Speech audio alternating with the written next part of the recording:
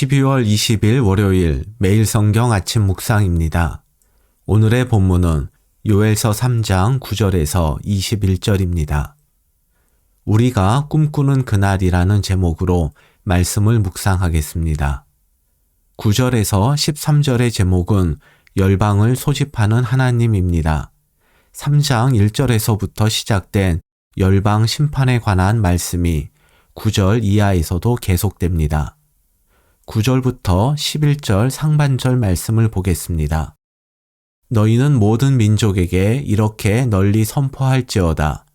너희는 전쟁을 준비하고 용사를 격려하고 병사로 다 가까이 나아와서 올라오게 할지어다.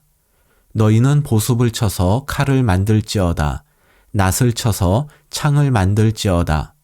약한 자도 이르기를 나는 강하다 할지어다. 사면의 민족들아 너희는 속히 와서 모일지어다. 열방을 소집하는 주체는 하나님이시지만 11절 하반절에 간구가 나오는 것을 볼 때 이 말씀의 화자는 하나님이기보다는 요엘 선지자로 볼 수 있습니다.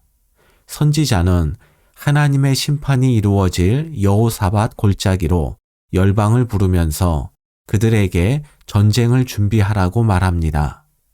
9절에서 11절 말씀은 전쟁을 앞둔 백성들을 격려하는 내용처럼 보이는데 실제는 하나님을 대적하는 열방들이 하나님과의 전쟁에서 절대로 이길 수 없음을 반어적으로 표현한 것입니다.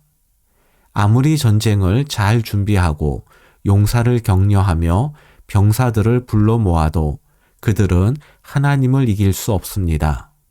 농사 도구인 보습과 낫으로 전쟁 무기인 칼과 창을 만든다 할지라도 그들은 하나님을 대적할 수 없습니다.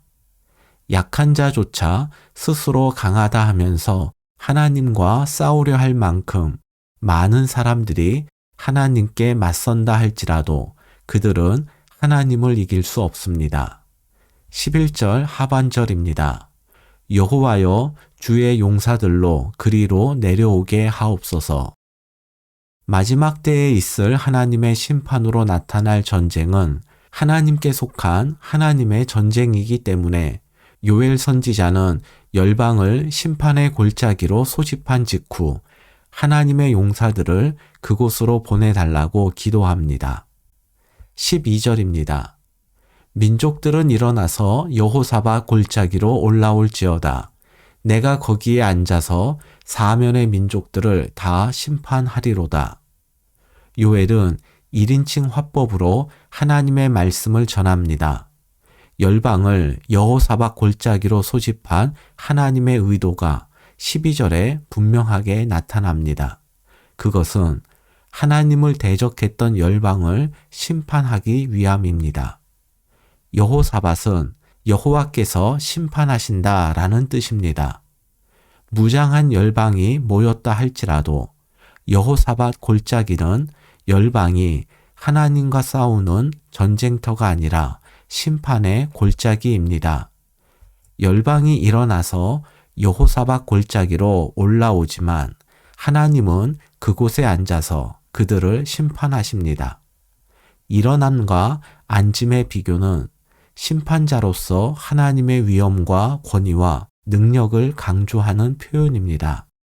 시편 1편 4절과 5절 말씀처럼 하나님을 대적하는 열방은 하나님 앞에서 바람에 나는 겨와 같고 하나님의 심판을 견디지 못할 것입니다. 13절입니다. 너희는 낫을 쓰라 곡식이 익었도다 와서 밟으라 포도주 틀이 가득히 차고 포도주 독이 넘치니 그들의 악이 크미로다.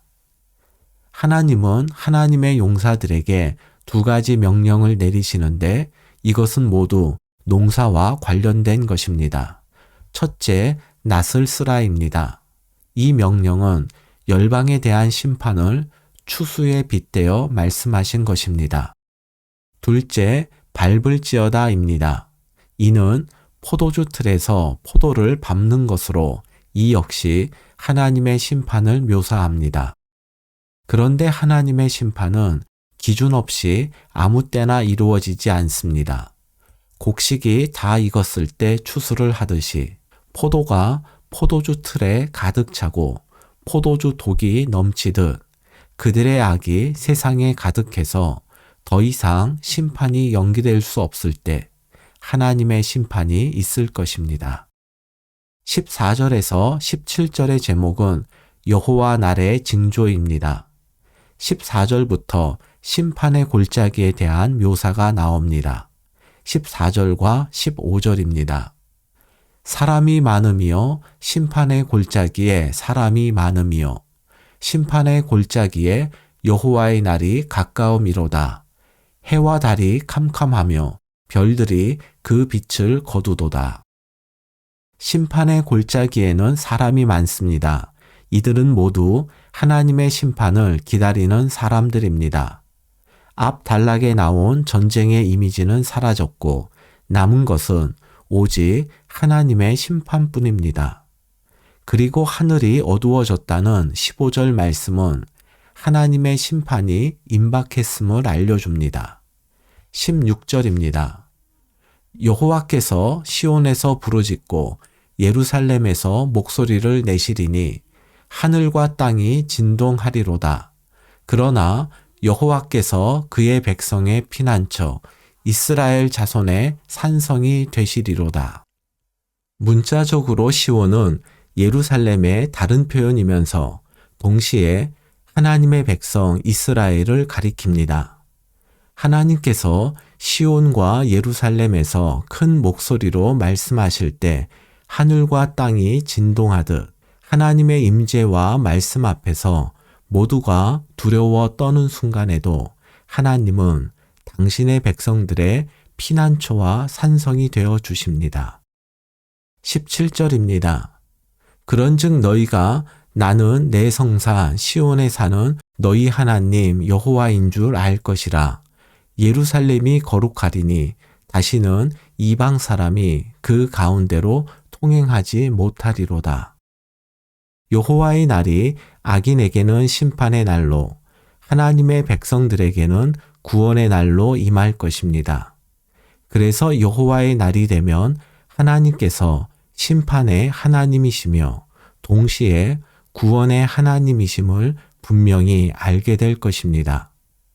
그리고 여호와의 날이 오면 악인들은 새 하늘과 새 땅에서 누리는 영원한 생명에 참여하지 못하게 됩니다. 이러한 여호와의 날은 아직 오지 않았습니다. 그러나 그날이 심판의 날이 될지 구원의 날이 될지는 미래가 아니라 현재에 결정됩니다. 오늘 하나님을 대적하며 사느냐, 하나님 편에 서서 사느냐, 세상 논리와 욕망을 추구하느냐, 하나님 말씀을 따라 사느냐, 오늘 내가 살아가는 모습에 따라 앞으로 임할 여호와의 날이 달라질 것입니다. 18절에서 21절의 제목은 하나님 백성을 향한 복입니다. 마지막 날에 하나님의 백성이 받게 되는 진정한 복에 대한 말씀으로 요엘서가 끝납니다. 18절입니다. 그날의 산들이 단 포도주를 떨어뜨릴 것이며 작은 산들이 젖을 흘릴 것이며 유다 모든 시내가 물을 흘릴 것이며 여호와의 성전에서 샘이 흘러나와서 시딤 골짜기에 대리라. 그날은 여호와의 날을 가리킵니다. 단 포도주와 젖과 물의 풍부함은 1장에 나타난 황폐한 땅이 완전히 회복되었음을 말합니다. 유다 전역을 적시는 물이 여호와의 성전에서 시작되었다는 것은 이스라엘이 회복한 풍요로움이 물질적인 풍요만이 아니라 영적인 풍요임을 알려줍니다. 19절입니다. 그러나 애굽은 황무지가 되겠고 에돔은 황무한 들이 되리니 이는 그들이 유다 자손에게 포악을 행하며 무죄한 죄를 그 땅에서 흘렸음이니라. 여호와의 날에 이스라엘이 진정한 풍요로움을 회복하는 것과 대조적으로 애굽과 에돔은 황폐해질 것입니다. 그들이 이스라엘 자손에게 포악을 행하고 무죄한 피를 흘렸기 때문입니다. 이처럼 여호와의 날이 오면 모든 사람이 어떻게 살아왔는지가 분명하게 드러날 것입니다. 20절과 21절입니다. 유다는 영원히 있겠고 예루살렘은 대대로 있으리라. 내가 전에는 그들의 피 흘림 당한 것을 갚아주지 아니하였거니와 이제는 갚아주리니 이는 여호와께서 시온에 거하심이니라. 현실은 이스라엘이 망하고 애굽과 에돔으로 대표되는 하나님을 대적하는 열방이 영원히 흥왕할 것 같지만 여호와의 날에 역전될 것입니다. 이스라엘 가운데 거하시는 하나님, 곧 하나님의 임재가 하나님께로 돌아간 이스라엘이 누리는 최고의 복입니다. 하나님은 오늘 우리 가운데 거하십니다. 우리 가운데 거하시는 하나님께서 하나님의 백성답게 사는 성도들의 삶을 지키시고 이 땅에서 겪는 억울함을 풀어주실 것입니다. 우리 가운데 거하시며 우리의 원수를 갚아주시고 우리의 피난처와 산성이 되어주실 하나님을 믿고 오늘도 주님 편에 서서 살아갑시다. 오늘의 말씀 요약입니다. 열방이 하나님께 심판받는 여호와의 날이 오면 역사의 주인이 누구인지 분명하게 드러날 것입니다. 여호와의 날이 심판의 날이 될지 구원의 날이 될지는 미래가 아니라 오늘 내가 살아가는 모습에 따라 결정됩니다. 하나님의 함께하심이 성도가 누리는 최고의 복임을 기억하고 우리도 하나님 편에 서서 살아갑시다. 오늘의 한 줄 기도입니다. 주여 제 눈을 열어 주님이 완성할 영원한 나라를 소망하며 살게 하소서.